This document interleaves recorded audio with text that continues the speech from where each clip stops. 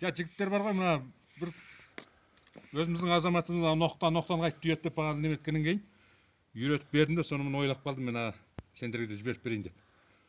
Жуан сиырдың ноқтасына 4 метр жіп керек. Екі басын теңшеп алғаннан кейін тұйық жағынан қайтадан өзіңіздің мына бармағыңызға әкеп бастырып, міне көріңіздер. Сонан кейін міне бір жағын былай асырасыз. Жаңағы тұйықтың енді бір жағын өзіңізге қарай асырып, мына қолыңызда қалған мына екі ұшты жаңа бүктеуден өткізесіз. Сонымен бұл сиырдың ноқтасының жақтығы өсіп шықты. Міне қарап отырыңыздар.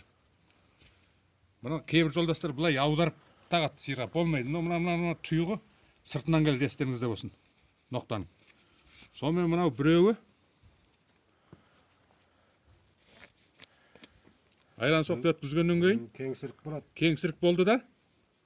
Енді мына екі жақ ұшы түйіп былай шығарасыз. Міне Жақтау болды.